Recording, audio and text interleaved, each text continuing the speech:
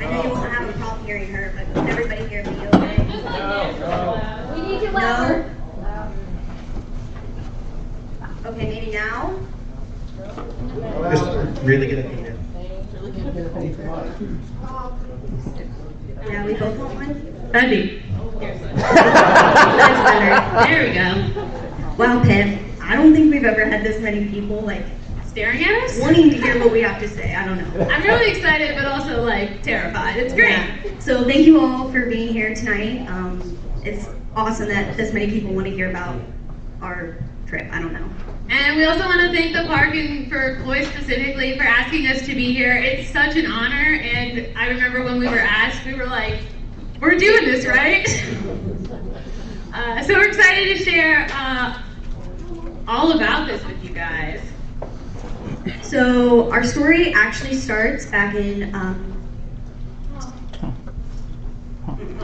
okay, well, there's supposed to be a photo here of our first caving trip together. It's really cute because we look like super tiny. It's okay, we'll go to these. So we started caving together in 2012. Like Joy said, we both attended Wittenberg University and we joined this weird little club. WUS, Wittenberg University Speleological Society, known as the Caving Club. Do we have any wusses in the house tonight? Represent strong. So we started caving, obviously became obsessed or else we wouldn't be here today.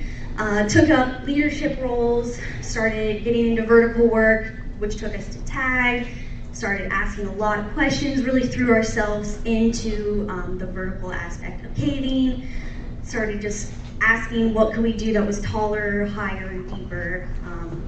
Started falling in with the right group of people, asked the right questions, Bothered them enough. and that's how we got to LCAP. But before we got to go to LCAP, we did, like Becca said, we did a lot of trips. So most cavers know what TAG is, but that's Tennessee, Alabama, Georgia. It's the heaviest concentration of caves in the U.S., I think. And so we went there and did lots and lots of trips. Besides that, we volunteered here and then over the edge and anywhere that they needed our help. If it was rope work and they needed bodies, we were there. If there was a tall building, we repelled it. We also were lucky enough to be invited on a bridge day team a couple of years ago, and this year we actually had the distinct honor and pleasure of rappelling the flags at Bridge Day. And we also ended up coming off of Whitesides Mountain a couple of times. So now you know a little bit about us, but let's get to what you guys really care about. Yosemite. So a little background on Yosemite. I have to read my notes. There's a lot of numbers and I'm not good with numbers.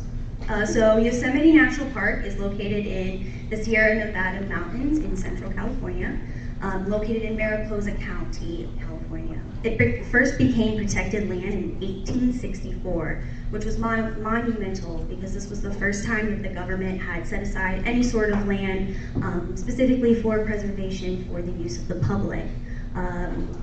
Abraham Lincoln was monumental in this act. In case you're wondering, it was not a national park. The first national park is actually Yellowstone. Yosemite became a national park in 1890, a few years later, making it the third national park in the United States. Yosemite covers a total of 748,436 acres. It's massive. And if you look at a map of the park, where we were, Yosemite Valley, is a very small portion of what Yosemite National Park covers. The John Muir Trail runs through it, so there's a lot of backpackers who come through, so a lot of people get to visit it. According to a report from 2018, 4.3 million people go to it every year. I feel like there were more. There were way more when we were there. I don't believe that number. It's too low. The valley was formed by glaciers and a lot of erosion and weathering, which kind of gives it its distinct look today. John Muir was monumental in preserving the land and really advocating for the protection of it and other national parks. And it's because of his efforts that we have the National Park Services today. And it all started in Yosemite. So it's a pretty special place. It's really kind of grabbed a lot of people throughout the entirety. Yeah, and there's really nothing around here that could compare to just how giant everything is out there. So maybe after this presentation, you might want to visit Yosemite. And if you don't want to go rappel El Cap, a few other things that you can do while you're out there. You could go see Tunnel View. It's great, especially if you're looking for that picture-perfect Instagram photo. Wow. Just get there really early. The tiny parking lot is not enough for the people who go there on a daily basis, so just get there early. You could also go see El Cap. From the valley, it sits, again, I have to look at this, 3,593 feet from the valley. Why is this a 2,650 rappelling adventure? It's because from the tallest point, that's how high it is, we rappelled the Dawn Wall, which is here, which is a total of 2,650 feet. So some more famous climbs of El Cap, a lot of rock climbers come out every year to challenge themselves. Tommy Caldwell and Kevin Jorgensen recently ascended the Dawn Wall. Great movie, you should probably watch it. It's on Netflix. And I'm sure everybody here knows that Alex Honnold. there he is. He did a free solo ascent of Free Rider, which is over here on this face of the wall. A terrifying movie for you thrill seekers. If you're feeling super adventurous, you could always hike up to Half Dome. If anybody saw Brandon's presentation yesterday, he talked about our hike up to Half Dome. It's very strenuous, but it is absolutely magnificent. If you don't go all the way to Half Dome, you could hike the Mist Trail, which takes you past Vernal and Nevada Falls. Again, do it early, it gets crowded pretty quickly. If waterfalls are your thing, you could go see Yosemite Falls. It has various levels of hiking difficulty, so if you're not an avid hiker, you could go see the bottom of the waterfall. It's in 3 sections and it plunges over a total of 2,325 feet, making it the tallest waterfall in the United States. And it's the 5th tallest in the world, so it's pretty freaking cool. But if you want to just go marvel at nature, you could always go to the Mariposa Grove, which is also in Yosemite. It is home to 500 mature giant sequoias, making it the largest sequoia grove in the park, which was pretty awesome. I agree. So that's a lot of information, and we're just going to keep giving you more. But we're going to get into training for El Cap. So how many people here have ever been on a rappel? Maybe in Carter Cave State Resort Park? Maybe today you did that? Okay. So I bet you're wondering, well, how is this different? Well, we're going to tell you. So we had to do a lot of training for this trip, and the first thing that we had to train for was the fact that we had a single 3,000-foot piece of rope, which weighed about 180 pounds, and you have to deal with that in a different way. So we had these things called long racks, which Becca's now going to pick up and show you. And we had to kind of fine-tune our racks in different training sessions to be able to handle the massive amount of weight on this rope. When the rope weighs way more than you do, or even just that much, you have to learn how to deal with the weight of the rope. Another thing we had to learn how to do, or kind of fine-tune, was rappelling with a pack, because a lot of us were used to rappelling by ourselves or with a small amount of gear. But as you'll learn later, we were taking a lot more than just some water off of the top of the mountain. Another thing that we had to learn to do in our trainings was how to pass a Jumar. Now, a Jumar is just this fancy bit of technology? Fancy bit of gear that we use to kind of help make handling that rope weight a little easier for our rig in. But because of that, we had to learn how to pass it. And this is really only a skill that people use at Yosemite when doing El Cap, because you don't usually have to pass things when you're going down. The rope's so heavy too. The rope is so heavy. A lot of this was also just kind of learning how to work together as a team. So we had an amazing team. A lot of them are in here tonight. We love them very much. 31 of our closest friends. And we had to figure out how to work together to make everything possible. Anytime a single rappeller went, about 5 to 10 people were involved in helping make sure that they got over the edge and to the ground safely. So it really was a team effort, and if everybody wasn't working together and in sync, then then it wouldn't have been possible. So these trainings also helped us build that teamwork.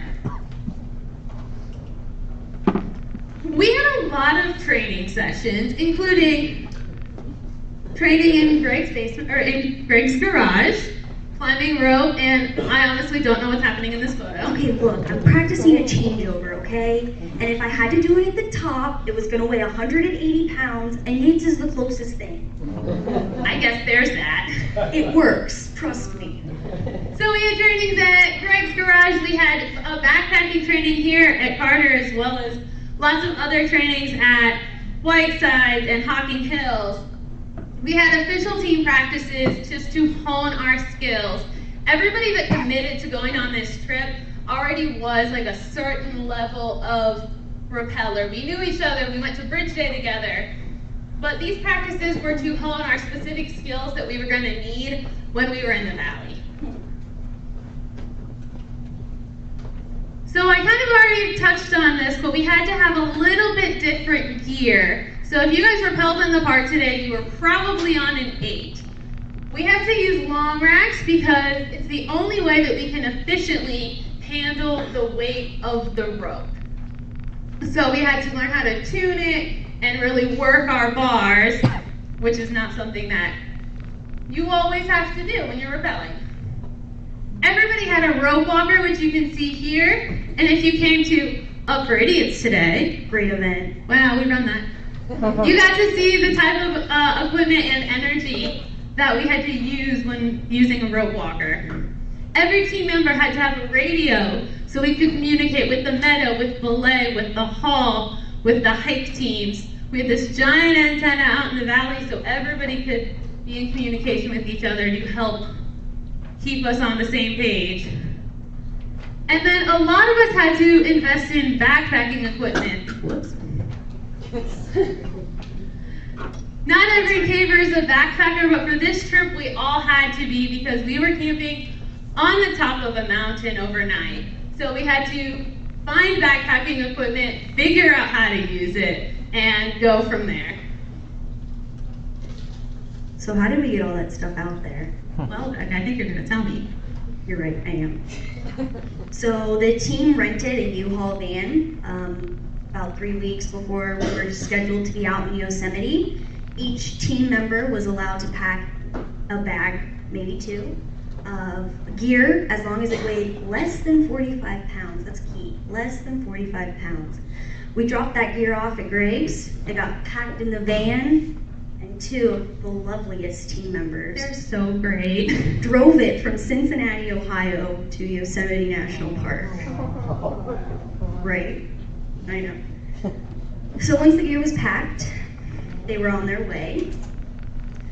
And it was really kind of challenging because me and Piff and Brandon Yates, he's somewhere out there, we went out 5 days before we were due to be in the park to do like touristy things, one of which was hike Half Dome. So the hardest part, at least for me, was making sure I had enough clothes going to Yosemite, but also like saved enough clothes for the 5 days that we were out there early to like make sure that I had enough to clothe myself.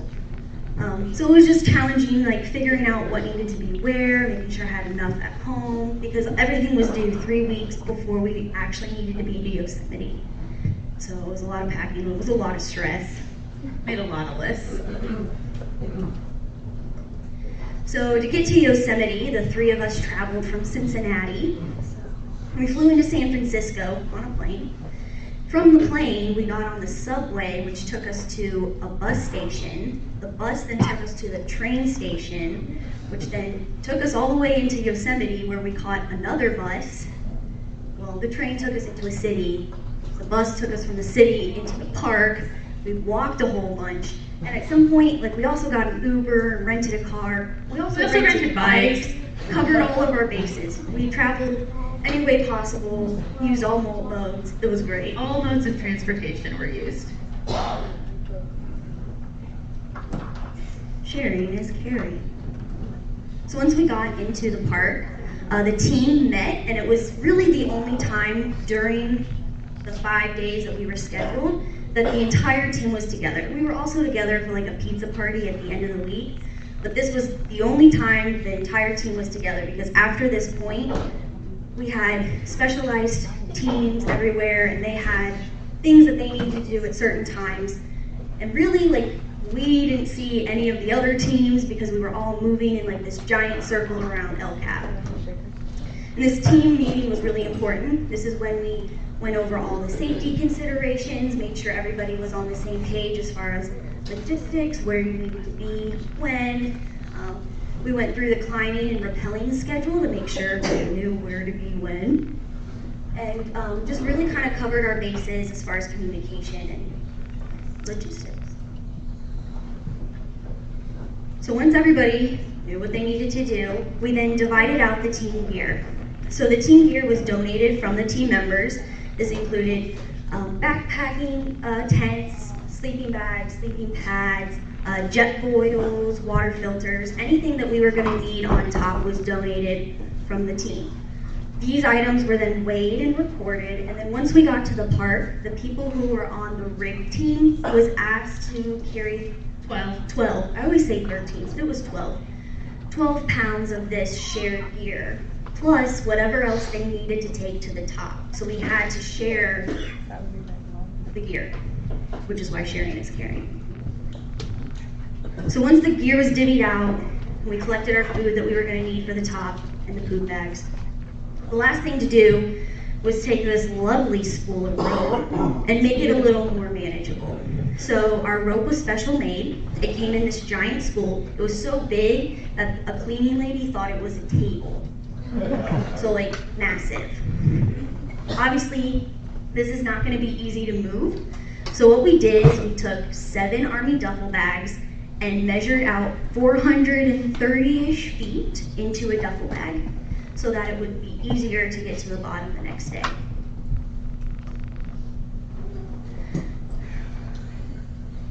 So this is where we stayed in the valley. It is Curry Village. Used to be Half Dome, used to be Curry. It's back to Curry. So we stayed in Curry Village.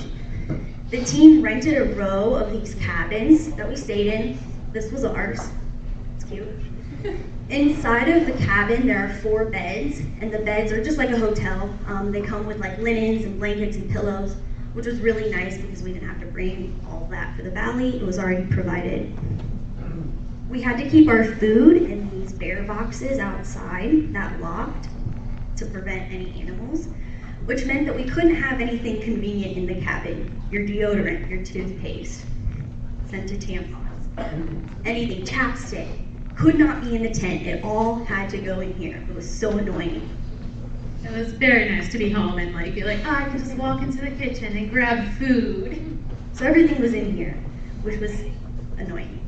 But cooking, how did we cook? What did we eat in the valley? So we heard from our friends who had been out there before that everything was super expensive. So what we did is before we got into the park, we stopped at a grocery store and kind of stocked up. We ate so many apples that week. Like 32 apples between 3 people. So we stocked up on like things that we couldn't find on a plane. And then Tiffany is the most amazing human being ever. Found this online cooking recipe book for make your own like mountain house meals. So before we even got to Yosemite, this woman here made, I don't even know, hundreds of these mountain house meals, and that's what we ate when we were in the park. So it was super convenient because our food was already made, it was cheaper, we didn't have to wait in these like ridiculously long lines for food, but it was really annoying. Well, wonderful, but annoying, because we couldn't cook by our tents, and open flame for boiling water counts as cooking. So we had to walk to the place where all the food was anyway, and like deal with the hordes of people just so that we could boil water. So as you can see in this, great picture of me, we ended up like on benches because that's the only place people weren't actively sitting to eat the food that they purchased, just so we, again, could boil water. But it was great because everything was ready, so not the worst thing. Alright, so we've been in the valley now we've been in Yosemite for a couple of days, and then it's time for us to get to the top. So Becky and I were lucky enough to be on the rig team, which means that we were responsible for carrying those 12 pounds of team gear plus our personal gear, plus any food we wanted. And it's about 12 miles. Don't sue me if that's wrong. I think it's about 12 miles. And we were carrying, kind of like what we said, all of those things that we had brought, in addition to our haul cord and our bear boxes and anything else that we wanted. And our team's pack weights ranged from about 35 pounds to about 65 pounds. And you might be thinking to yourself, how is there such a big gap? Well, some of us took a lot of time in preparation beforehand. We weighed every single piece of gear. We thought about what we really needed up top. Do you need a raincoat? Probably not. If it starts raining, just get in the tent. And some of us didn't do that. Look, I have a problem with this. This is misleading information. You made that slide. I did. It's pretty funny though, isn't it? All right, I played Brandon Yates. So I couldn't get it in. So this was just the easiest way. It worked, okay? So as the rig team was hiking up, the other teams in the park, so we also had our bottom rig team, our second day hike team, were also in motion, getting their stuff ready, putting up our giant antenna, saving our spots in the meadow. And I cannot emphasize enough how much of a team effort this is. Becca and I are giving this presentation, but I think it's just because we're the only people who agreed to it. Not gonna lie. I see some head nods in the Yeah, back. they're like, yup, they're all back there, we know. But it really was a team effort, and so on day one, the rig team's hiking in, and everybody was working together to pull this off. And so some of the things that you have to consider when you're, hiking 12 miles in California, water. So we had pump water filters that we stopped for every couple of miles whenever there was water, and we would rotate who was filling all the various containers we were holding water in, your bladder bags, your now jeans, everything possible. But this also, occasionally backfires. This is the part where I tell you something embarrassing about myself. Are you ready? I'm gonna flip my page. Perfect. So, has anybody ever drank too much water to the point where you accidentally flush your system of everything but water, and then you have to go to the bathroom every 5 minutes because you drank so much water? So that happened to me. No, it's not dehydrated. And I didn't even realize what had happened. We were like on the top of El Cap. I had the worst migraine. I had to pee constantly. And one of my lovely friends and teammates, Kevin, was like, hey, have you had any electrolytes today? And I was like, no, I've just been chugging tons of water. He's like, maybe try that.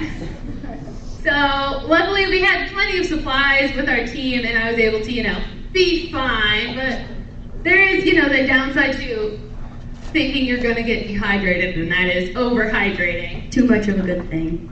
Just a little bit. So the other fun story I have for you about water. So the nearest water source to our top camp, which we're going to see in a little bit, was this tiny little trickle that also happened to be a mosquito hotspot. Oh my gosh, it was infested. So we get to the top, and me and Becca and Yates all volunteered to go back to the nearest water source and pump the water that our team would need for cooking and things like that for the next day. It was about 5 2-gallon jugs, 10 gallons plus any personal water that we took to fill. And then we get there, and we're pumping water, and we're not really thinking a lot of it. And we're getting attacked by mosquitoes. No, you were getting attacked by mosquitoes. I was getting attacked by mosquitoes. And by the time we were finished, my shirt had blood stains on it from all of the mosquitoes. I had 50 to 100 mosquito bites on my back. So the moral of the story is we left the bug spray in Camp Curry. Probably should have hiked it to the top.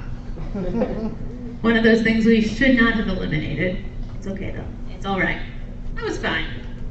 So once we actually made it to the top, We had this gorgeous view. We felt really empowered. We were like, oh my goodness, we're standing on top of this great mountain where all of these cool people have done these cool things. And then our stuff's over. We can relax now. At least that's what we thought. Because then our teammates who had been there before us, so just so y'all know. So these were the noobs, okay? These are our wit people, hey wusses. This is the whole rig team. These people who aren't in this photo informed us that camp is down. So you get to the top, and then you start to go away from where you want to be, where it's kind of flat.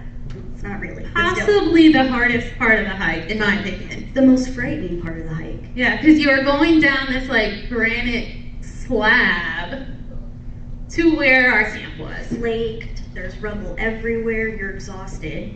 Surprisingly, this is not where I fell on our hike. I did very good, but I did fall before that. That's just because I'm clumsy though. So once we summit, we head down and we get to our beautiful and luxurious topside camp. Now you might notice that it's still a bunch of broken rocks. That's because it is. There are pretty much 5 flat spots. And there's kind of the place where the kitchen is, but not really. Like a flat rock, slopey rock, 5 flat-ish spots. I still maintain that the tent we slept in our first night was on an angle. Thought I was gonna roll off the mountain the entire night. Might have just been fear, I don't know. And we kind of set up, this is our little kitchen area. We have our 5 flat spots for our tents. We got some people who decide that tent life is not their life and they cowboy camp. And that is pretty much the hard part until you have to go to the bathroom. Yes. Yes, we did. So we're going to talk about poop. Gonna say poop a lot. Just be prepared for that. So, we did have the best place to go number 2 in the entire park. You can't ask for a more beautiful bathroom. I mean, really, come on, folks, right? Right? This is gorgeous. So we all carried up poop bags, which are essentially like, I think of it as like kitty litter in a little baggie. Another bag. In another bag to deodorize and solidify anything that might come out of you. So whenever you had to go number 2, you would take your poop bag that you had so diligently carried up the mountain, place it in our lovely toilet that was also carried up this mountain. Thanks, team. Do your business, sing a little song. Take some photos. Yeah, definitely do that. Of the view. Come on, guys, the view. You'd roll it up, close it up, put it in one of these dry bags, and then another one of your lovely teammates, thanks AJ, will carry off all of your poop. Yes, somebody repelled the poop bag. Twice. They got repelled twice. 3 actually. Oh, I'm so sorry. See, numbers aren't my thing. So, and we did this for a couple of reasons. Number 1, we wanted to be respectful of our environment, right? This is a big rock.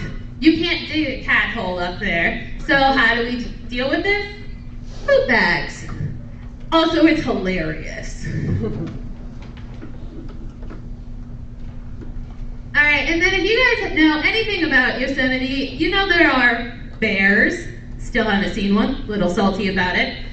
And so we had bear canisters, which were not only required by the park, but also just in general a great idea. So just like when we were down in Prairie Village, all of our scented things, your toothpaste, your food, any tacos you might have laying around, had to be inside of a bear box. Our team had 8 bear boxes in total, and my favorite thing about the bear boxes is I went with Kevin to pick up one of our backcountry camping permits, and the lady's giving us the spiel about making sure everything's in the bear box, and she goes, now listen, if you're in your tent and you hear a bear playing with the canister, you're supposed to get out of your tent and scare the bear away. That's gonna be a no for me. I was not about to do that. But the idea was that we don't want to let them play with them because then it's something fun for them. But I also was not about to scare a bear away, no way. The part that everybody really cares about. So, our first day of rappelling LCAP was a lot of work. Because we couldn't just like do the thing, we had to work for it.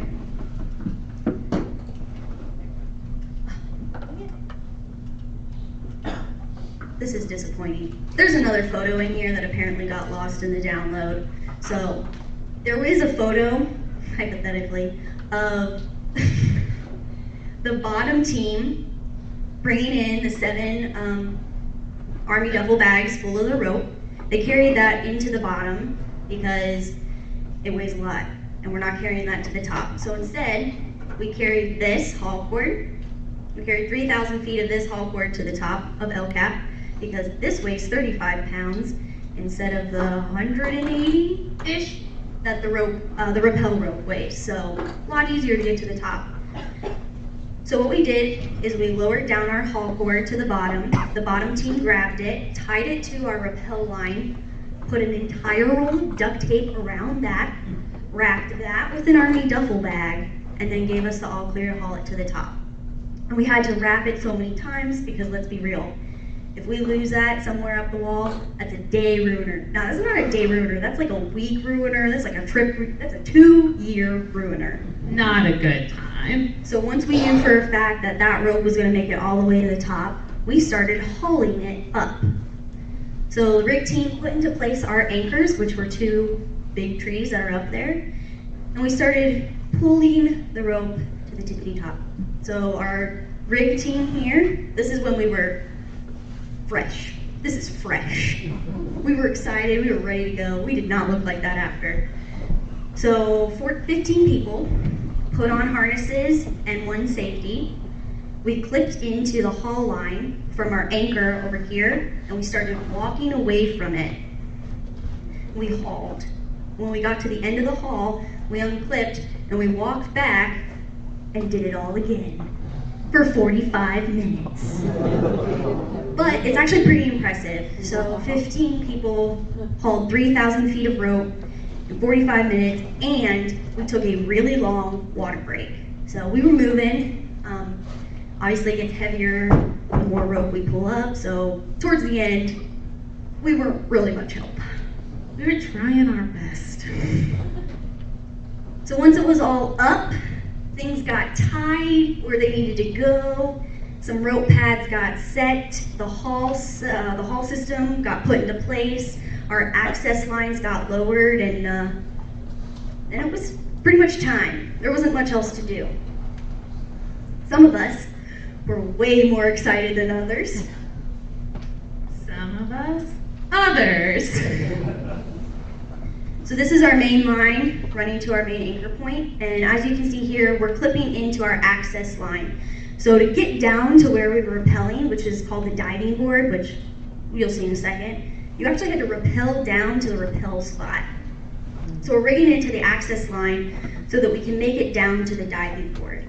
And you can't really see much of the valley from above the diving board. You're kind of like looking out across it at kind of the same elevation, so it's not very scary until you start moving towards the edge. And then you see everything and then you get real nervous. So this is the face of fear. Okay, come on guys, that's funny, right? All right, I thought so. My mom was really scared about me being out there. She was like, text me every day, honey. And I'm like, Mom, I'm not gonna have service. So I thought this would be funny. She didn't think it was. But no, seriously, in all 100% seriousness, this is where you rappel down. This is when you first see the valley and like first really like contemplate what you're doing with your life. So you get real nervous. I mean, look at how close to the rock I am. Look at how much space is behind me, and yeah, I'm nervous. So once you get down here, this is the diving board. It's nice and long. Somebody's always standing there to make fun of you. Or help you. Or help you, I guess. But Kevin was standing there. He's the edge attendant. He's the one who's going to make sure that everything goes smoothly. Yeah. Oh yeah, I'm excited. It was great. Awesome, awesome. So, lowering himself out, got to here, the legs are shaking. Real bad, real bad. Kevin starts handing me my pack. I don't look down until this point. I look down, I look back up, and I'm ready. I'm ready to go. I was so excited. I mean, we knew we were gonna be on this trip 2 years before it actually happened. We trained for 2 years. We saved money for 2 years, we bought gear for 2 years, we ran half marathons, climbed rope weekly at Greg's, hiked a lot. Here, Went to 11 training practices, and it all came to this moment. I can't even describe to you, I can't put into words. It was fantastic, incredible. I did not have such a nice time. So a fact you guys should know about me, I, until this moment, really had not felt the genuine panic of a fear of heights. I always have kind of felt safe as long as I was clipped in. I have a lot of training. I've got a lot of great mentors that are here in the room, you guys rock, that have kind of helped me learn so much about this gear that it hasn't really occurred to me to be terrified. And then I was at LCAP for the first time, and all of that went out the window. And I think that scared me more than the fact that I was scared. Like the fear was scarier than the height. And so I get down to the diving board, and a lovely team member, Miss Samuel, was over here taking pictures, and she goes, "Look at me and smile if you want to, but I'm just gonna keep clicking." This is one of those. I was not happy until later. I was so scared. But you did great. But that's okay. Like, it's good to feel fear, right? It means you're human. I believe that. So my first rappel was actually super long. I was going really slowly, taking my time. My first rappel took about 45 minutes. In comparison, Becca's first rappel took about 20. My first rappel was so long that one of my legs fell asleep in my harness because my tether was a tad too long and I couldn't stand up on my pack to get some blood flow going. Don't worry, I caught her. It was fine. But by the time I got to the bottom, I still felt like I had really done something great. Like I had worked so hard to get here that even though I was terrified the entire time, it was absolutely astonishing to be able to have done that. So we kind of mentioned it earlier. For one person to go off, there is literally a team of people involved. So topside, there are 3 to 4 people who have to work the haul system. So we kind of mentioned it, the rope weighs a lot. And if there's wind, that rope weighs even more. So to get over the edge, near impossible, especially for the 2 of us. So to kind of fix that or counteract that and at least help us out, we put in place the haul system. So the haul system is connected to a Jumar about 30 feet below the diving board. And up here, they engage the haul system. The Jumar grabs the rope and pulls it up. So it gives you a pretty good loop. And that allows you to clip into the rappel line, maneuver the edge, and like kind of get yourself on rope without having to deal with that rope weight. So once you're in place, you drop down to your LCAP bars, which for us meant that we had to drop 2 bars off of our long rack. So you're sitting there on your LCAP weight, shaking like a leaf, waiting for them to give you the weight of the rope back, because then you're on rappel, and then it's real. And that was another thing that was super cool because it was, again, just so much of a team effort because while you're standing there waiting, your team's got you. They're giving you the weight of that rope. It's the most terrifying 5 seconds of your life. So the next thing you have to do once you've gone off the edge is you get to the Jumar.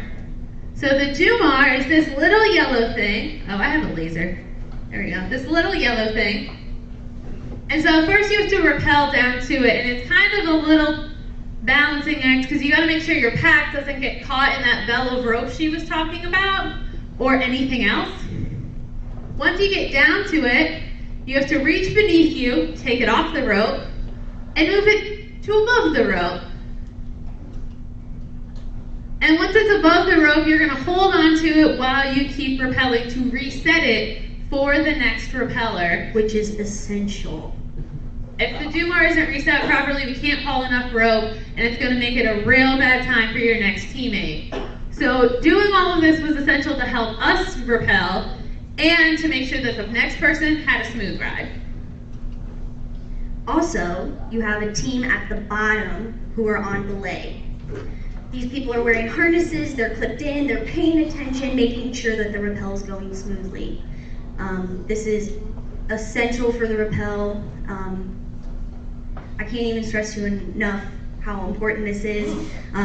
In the past, this has slowed down an out of control rappeller to the point where they were able to regain control. So even at a height this tall, it's still important to have a bottom belay. And even when you have a team this skilled, we would never do this without these people. Where's my bus? Honestly, seriously, where's my bus? It will make sense, guys, I promise. Okay, calm down. It's a thing we say.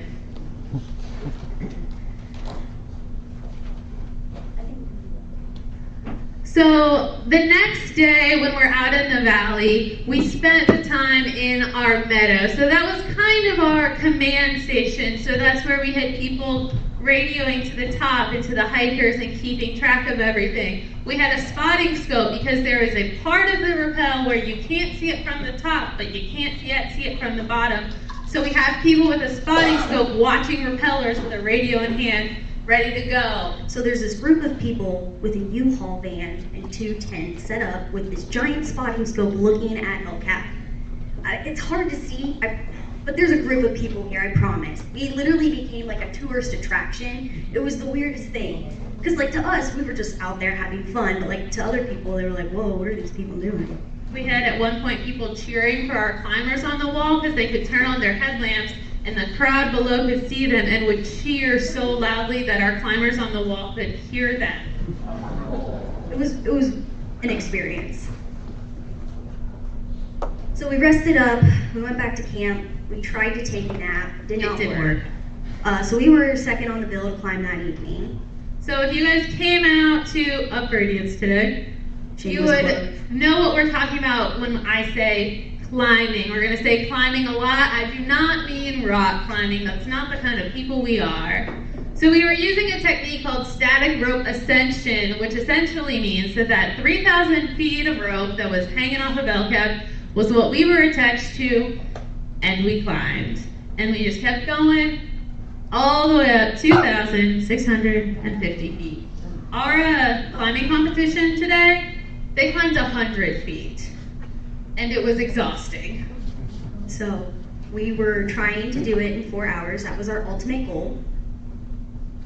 And so at the top of our climb, our lovely team hangs this light. And pretty close to the valley floor when you're climbing, you can see this light. And you're like, oh, that's the top. It's like this beacon of hope. And about an hour later, when it hasn't changed sides, you realize that it's a false hope, and you don't think you're ever going to get there. It looks like a star. So we'll move on. It's just depressing. So we start in the valley. We like drive into the valley. We get there. We radio up to the team who's climbing first. We say, hey, where are you at? They turn on their lights. We're like, great. Now we have to hike in. Because we're real close to the top. It was just not a thing that it was about. So we start hiking. We're terrified we're going to see a bear. I mean, think about it. There's a group of people sitting at the base of your rope all day long, snacking, enjoying the day, leaving little crumbs for bears to come get. Terrified. We ran into a skunk instead. Making worse, I don't know. It was okay. We kept singing very loudly and out of tune One Direction songs because we're like, if we make a lot of noise, the bears will go away, right? So we get to the bottom. Yeah, we get to the bottom of the rope. Come through on the radio, off rope. Like, you're kidding me. So we put our gear on, And the way that the two of us climbed is I climb on top. So I get started on my happy little way, and poor Pip is now below me, dragging on the rock. Because the first 100 feet. it's just slanted granite the whole way. So poor Pip. Honestly, it wasn't that bad. Okay, fair. I'll take that. So we're climbing, we're having a great time, and then we had some Experiences? it was fine. So we get, 300 feet off the ground, and I hear this. Oh yeah. Oh yeah. That little stupid carabiner that attaches your feet to your chest box freaking broke. I lost it. And it was about then that I was like, yeah, I want to go down. But of course, somebody has to get off rope first. So there's a reason we climb the way we do. I don't like heights. At all. So Piff wouldn't let me get off. So I had to dig in my bag, find that stupid extra little carabiner that I brought because I knew it was going to happen to me, put it back on, put my big girl pants on, and we climbed on. And actually before that, we had another less intense experience. So we're at the car, they're still on the wall, we're getting ready to go, and we're checking our radios. I usually climb and rappel with an in-ear mic. So I have an inner piece, a little tiny mic, and it makes it so that, first of all, I can hear everybody better, and it's just kind of more comfortable. So I'm testing it, and I'm testing it. Doesn't work. Worked yesterday, worked this morning, doesn't work. Luckily, my actual radio was fine, it was just my earpiece, but it kind of set the tone because Later my stuff broke, too. the same piece. It was fine. It was fine. But we're just very dramatic, and it was very upsetting at the time. So last but not least, one last experience, and this was about 2.5 hours into our climb. So not a time that you want this to happen, but I'm climbing, and I hear Sydney say, "Oh no!" So I was climbing with a bladder bag, my mouthpiece broke, and all the water I had been carrying and drinking as I climbed proceeded to spill all over me. So we had maybe half a liter between the two of us at this point. And we don't know how far we are on the wall because it's dark. There's no landmark. All you have is time, and we're 2.5 hours in planning a 4-hour climb, so that sucks. At the time, my plan was kind of just to put that open tube in my mouth and shimmy my bag up, because it could gravitationally make water happen, but luckily, I didn't have to do that for long. To the next slide. This is yeah. kind of weird. We made it. I know, right?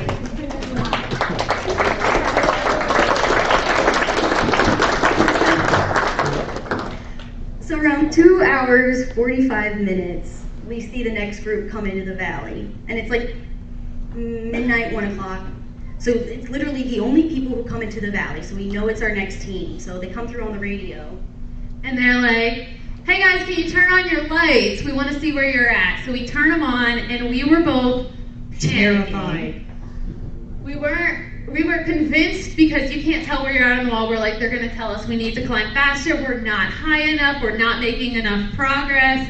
And luckily, the person asked us before they told us. They're like, "Do you want to know where you're at?" Yes, dear God, yes. Tell us where we are. You're 80% of the way. Rejuvenated. We had been kind of struggling because you get a little bit bored. There's nothing to look at. It's dark. And we hear that, and we just were reinvigorated. We were going. Moving. So I went back on my Fitbit, I looked it up. The green is very intense activity. Okay, this is our climb. I don't think we have to move anymore. I think we're done. I think we're done. This is all the exercise we have to do. You can see where morale was low, and then where we picked it back up, because we knew we were almost done. So we topped out. Our friend Brandon Yates was waiting for us up top. Thank you, Brandon, for staying up and waiting for us. We had a Relief. Sweet, sweet relief. So we switch over to the pig's tail, we top out, we toast our victory, and then immediately went to bed. I carried a candy bar all the way up there for motivation. It was great. Best candy bar ever. An unexpected storm. Day 3, I mean, I can't read. So our next day, we wake up after one of the briefest yet most intense sleeps of my life to the sun beating down on us because we're on the top of a mountain in California in July. And because of some logistical things and hike team and needing enough personnel in different spots, we had to kind of split up when we rappelled. And I got off in the morning. And you guys remember how I was terrified? That was gone. I was so ready. The climb the night before had just like pumped me up. I was ready to go. I was feeling great. I stopped on rope and took this selfie. And it was everything that I had hoped my LCAP rappel would be that second day. It was absolutely astonishing. I can't thank the team enough for just being great. So I did not get off very quick. I stayed up top to wait for the second hike team to come in to relieve us so that we could, because you can't rappel everybody off. Like, you need people up top to work the haul system. So I stayed up top, took a nap. It was literally the greatest nap of my life. But sometime during that nap, I got woken up by thunder. There was a storm that had rolled in on the other side of the valley. I mean, thunder, lightning. I could see the rain coming off. Like, the rain was like shooting off at Half Dome. It was terrifying. And I just sat there like thinking, I'm on a giant slab of granite. What am I gonna do if this comes this way? So I was pretty shook about that. So my second rappel, a little bit more nervous. The storm really threw me off. I don't know why. Oh, also I'm exhausted. I barely slept. So my legs kept shaking real bad. And the wind had picked up a lot. So on my second rappel, I really had to struggle with the weight of the rope. I was getting blown around a lot. But I also knew it was gonna be my last rappel while we were out there. So I really took my time, didn't do a 20-minute rappel. I stopped, I looked around, I really appreciated like where I was and like what I was doing, and we rappelled the face of the wall that's called the Dawn Wall. And before we had gotten out there, I watched Free Solo and Dawn Wall like back to back to back to back to back. Exposure therapy. Exactly. I was just trying to get myself like used to the idea of it. So while I was rappelling, if anybody's watched Dawn Wall, you'll understand. If not, go home and watch it. There are two very specific pitches that are very easily recognizable. So as I'm rappelling, I'm like, there's the monolith. And it's incredible because there's still gear up there from that movie. So it was just awesome. And it really like kind of drove home for me that this place isn't in a movie. It's real, it exists. And now I'm a part of something bigger than just, I don't know, rappelling tall buildings in Dayton. I don't know. So what did we do with all that rope? This was a legit question we were asked as we were carrying it out. So after 5 amazing days of rappelling and climbing, it was time to derig. Everything that went up had to come down. And the first thing that we had to do was get all non-essential derig gear off the mountain.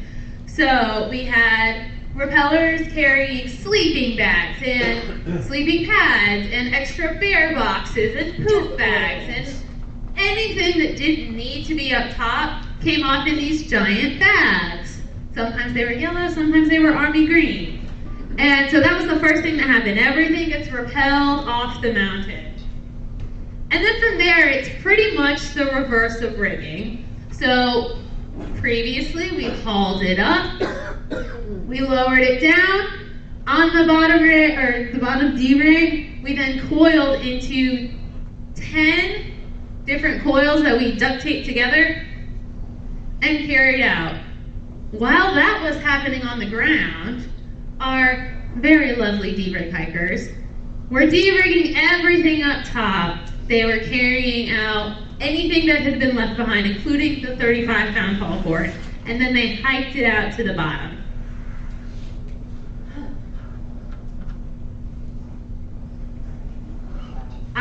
cannot emphasize enough, and I keep saying this, but how much of a team effort this was. Our team was absolutely incredible, and we had so many people, hands on the ground, boots on the ground, doing everything that was needed to pull all of this off.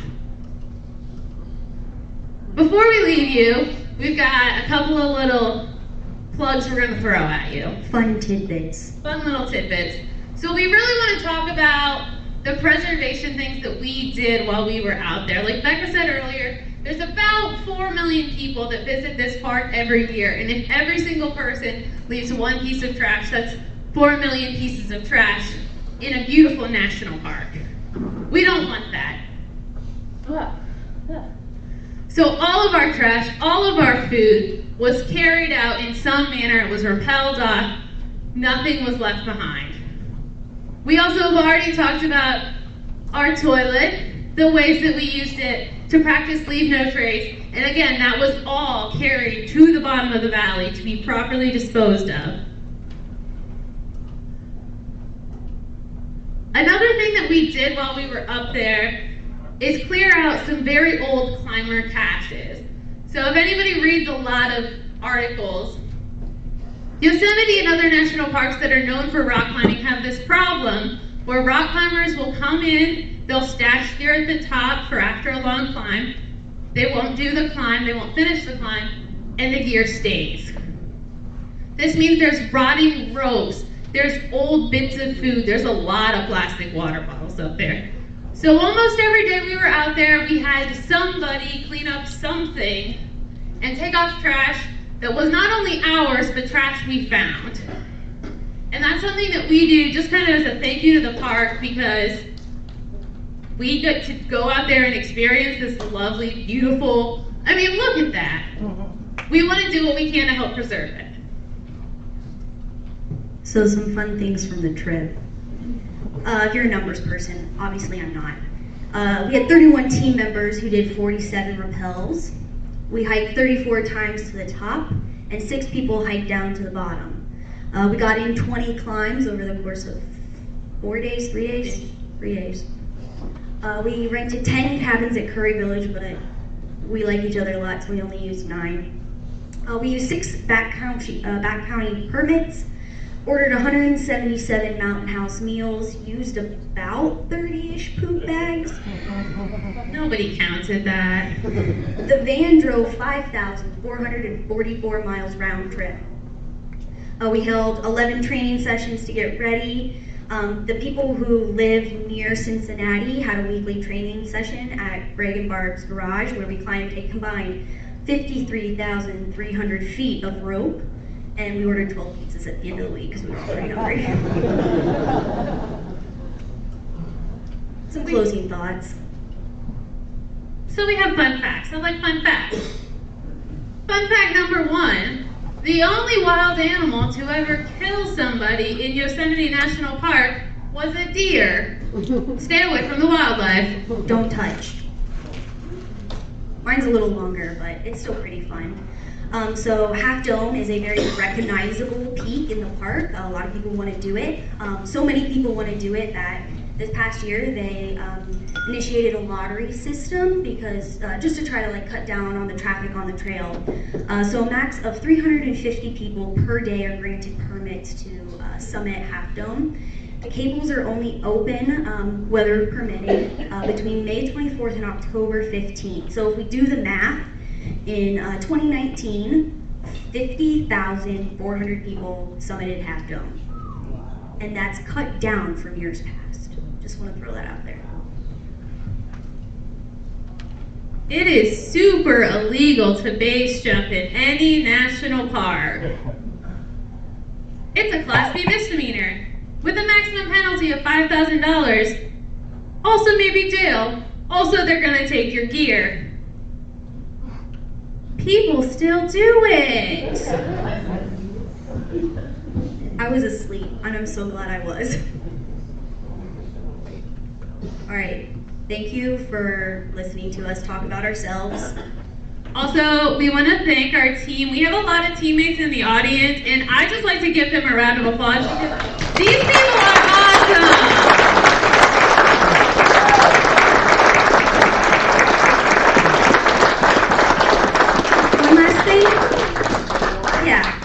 So there are three really important people who should be thanked. Greg, Kevin, and Larry. They kind of like took the lead and like planned everything and like made sure things got done on time when they needed to be. So a special thank you from all of us to you. I see you in the back hiding back there. We love you guys. Thank you.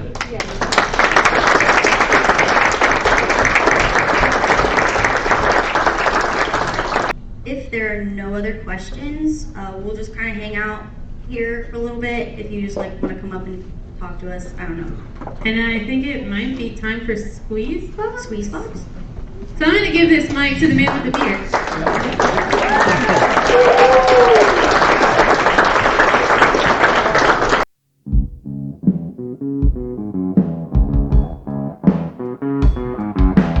I hear a lot of people saying the blues, but I'm gonna tell you what the blues is.